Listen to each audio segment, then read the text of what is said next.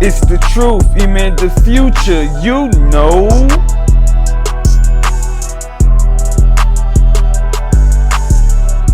On this Feel Good Friday, thank you for being with us. Obviously, Stephen A., an incredible game last night in LA. You were in the building, and we'll get to what that means for the Lakers and Knicks in just a moment. But S.A., there was a moment in the game that we want to address.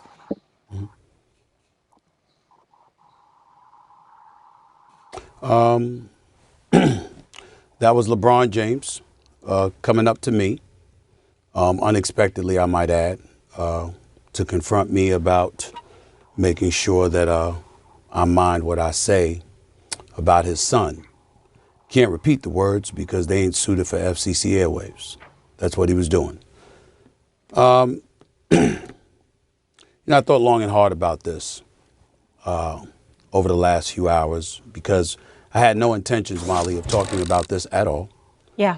And the reason why is because it was a one-on-one, I wouldn't say a conversation, but it was a one-on-one confrontation. But then I wake up and everybody from ESPN and my agent and everybody else were sending me that this thing had gone viral. And so ultimately it was unavoidable, and that is why I have to discuss it now. That wasn't a basketball player confronting me. That was a parent. That was a father. And I can't sit here and be angry or feel slighted by LeBron James in any way in that regard. By all accounts, he's obviously a wonderful family man and a wonderful father who cares very, very deeply about his son. And based on some of the comments that he had heard, or shall I say, I think he thought he heard, he clearly took exception to some of the things that he heard me say, and he confronted me about it. For the record, his agent and friend, Rich Paul, has my number. Maverick Carter, who works under him, has my number. LeBron James knows how to get in contact with me if he wanted to. He never called, because had he called and wanted to talk to me, I would have accepted that call.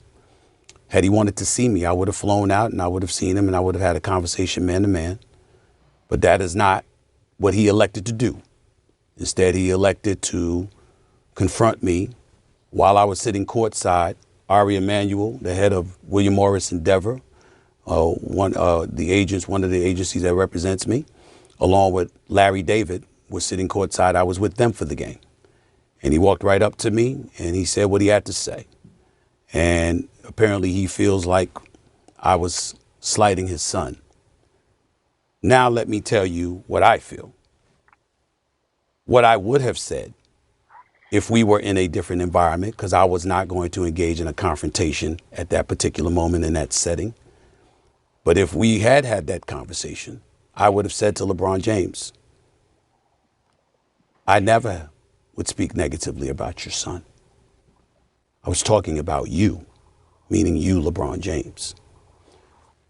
I have nothing but the best wishes for Bronny James. I wish him nothing but the best. I hope that he flourishes into an NBA star. Usually in other sports, we see all stars, and on occasion, we'll see their children become stars as well. That doesn't really happen with the NBA. I sincerely hope he's the exception. By all accounts, he's a wonderful kid. And I don't know anybody who roots against him, and it certainly isn't me. But in the same breath, at the time that we were talking about him, he was percolating to such a degree that the Bronny James stories had gone viral. And so we had to talk about it. And when I said the things that I said, I wasn't talking about Bronny James because my attitude is he's a rookie. It's going to take some time for him to get himself together. He'll be just fine, especially with J.J. Redick and the staff coaching him. I was talking about the position that he was put in by his dad, because LeBron James has been on the record and he has said, and I'll read the quote here. There was a quote that he gave in February of 2024. The work and results will ultimately do talking, no matter what the size. If y'all don't know, he doesn't care. Don't cop a deuce now, Stephen A. Smith. You got LBZ out here putting a four-court press on Stephen A. Smith. LBZ done dropped 30 Knicks game. Luka dropped 30. You know what I'm saying? Got the dub overtime. Bron was like, man. Oh, is that Stephen A. receding hairline ass over there on the sideline? Hey, Stephen A. Man, look, man. Man, what's up, man? Look. Keep my son name out your mouth. You know what I'm saying? Hit him with the Will Smith joke. Keep my son name out your mouth, Stephen A. Smith. Stephen A. Smith over there. Yes, Brian, I ain't do nothing. I wasn't talking about him. Boy, he wasn't playing, man. You know fathers don't play over their damn kids. So you had LeBron basically G-checking Stephen A. Smith for speaking on his son or whatever. Now, to be fair, Bron, your son's in the NBA. He's a grown-ass man, right? I believe he's open to criticism like everybody else right now. I get where Bron is coming from. That's your son, okay, you know what I'm saying? But you had Bron basically checking Stephen A. Smith about his son, right? Y'all already know these networks, they've been riding LeBron James' wave for 20 years, right? Leading stories. That's all they do is talk about LeBron James, right? So Stephen A. Smith responded to the joint. Boy, he was quiet as a church mouse, wasn't he? You gotta turn the volume up to hear Stephen A. Smith. Y'all know Stephen A. Smith loud as hell. Get off the weed, face ass nigga. Boy, he was like, I didn't want to talk about this, but what? But Master said you gonna talk about it. You gonna talk about it. Nigga just got $100 million contract, and you still got to do what them people say, right? So he came on there, Molly looking sad. You would thought somebody died. You would thought somebody died. Mommy, oh, you in trouble, Stephen A. Stephen A. And I wasn't. Boy, what's all that? Where's all that energy you be having, Stephen A? Where's that? Nigga, 6'9", 280, depressed you was. I ain't say nothing, LeBron. I was just playing and stuff. They told me to say that. I ain't say nothing. That nigga ain't say shit to LeBron when LeBron checked in. Yes, sir, don't get sir. Then he get on ESPN. You want to talk now? That what you want to do? You want to talk now? Talking about if I would have seen him somewhere else if he wasn't in the environment. If then you would have did what? You would have did what cops to do, nigga? Then if I would have seen him in then you would have did what, nigga? Man said stop talking about his son. We gonna see. We gonna see Stephen A. Smith if you talk about Bronny James. Now, you had a lot of people critiquing LeBron for getting his son drafted and things like that. I'm like, wow, these niggas funny. When a white man get his son a CEO job, nobody ain't talking about it. This man is on the same team as his son. That is amazing. Now, Bronny wasn't really ready, but hey, when your daddy LeBron James, you can get in the door and work on your game. Bronny's been balling in the G League lately. Boy dropped 24. Let the boy work on his game, right?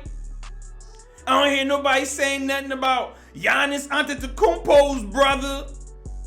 Thanasis Antetokounmpo, nigga, look, he getting paid to be on the bench. Yeah.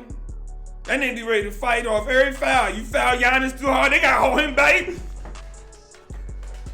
They gotta hold Giannis' brother back. And Giannis got 4 brothers. And they gotta hold him back. Giannis' brother getting paid just to be getting paid, nigga. You know what I'm saying?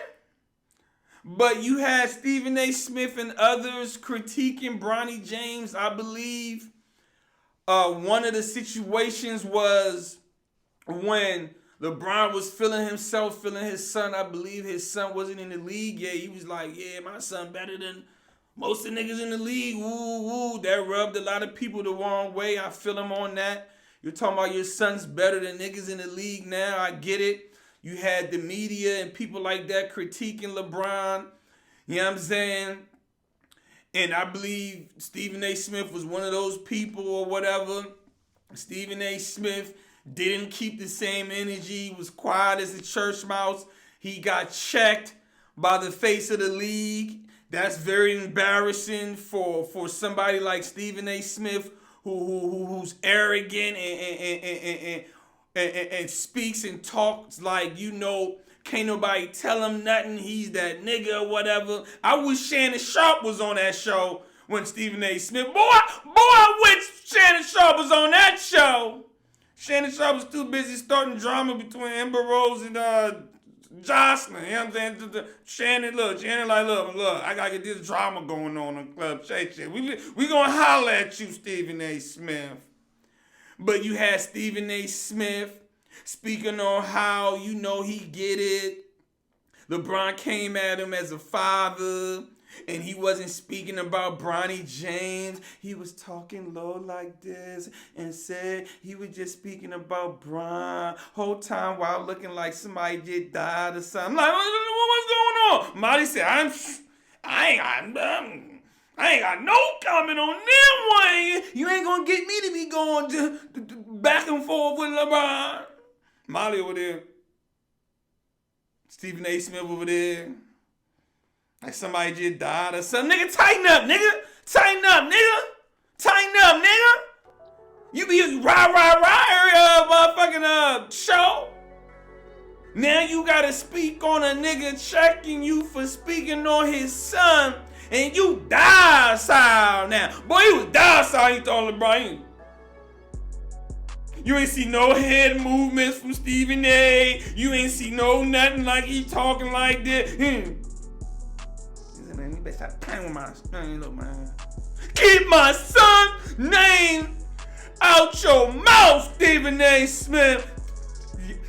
Yes, it's up, Bron. I ain't gonna talk to him no more. I ain't gonna talk about him no more.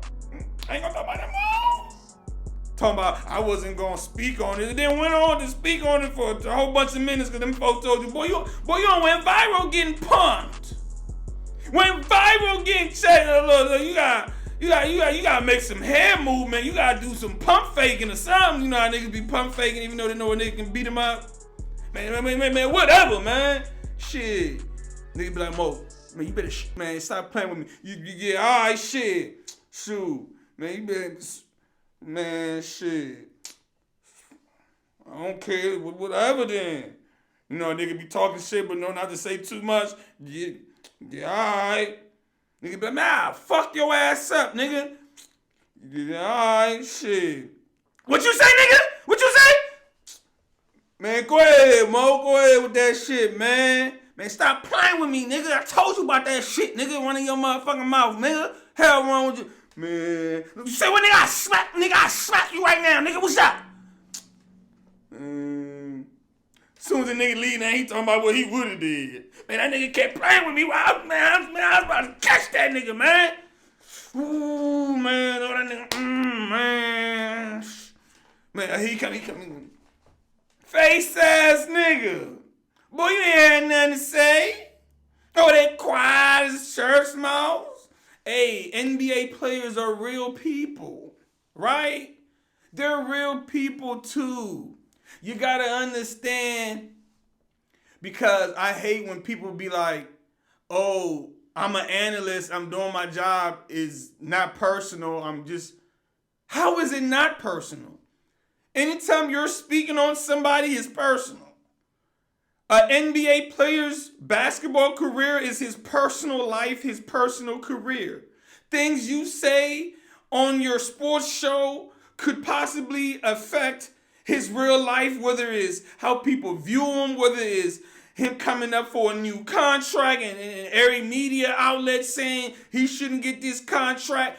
These niggas have real lives, right? And I'm not saying you can't speak on it or do your job, but it ain't no different from entertainment news, gossip, whatever you want to talk about. They are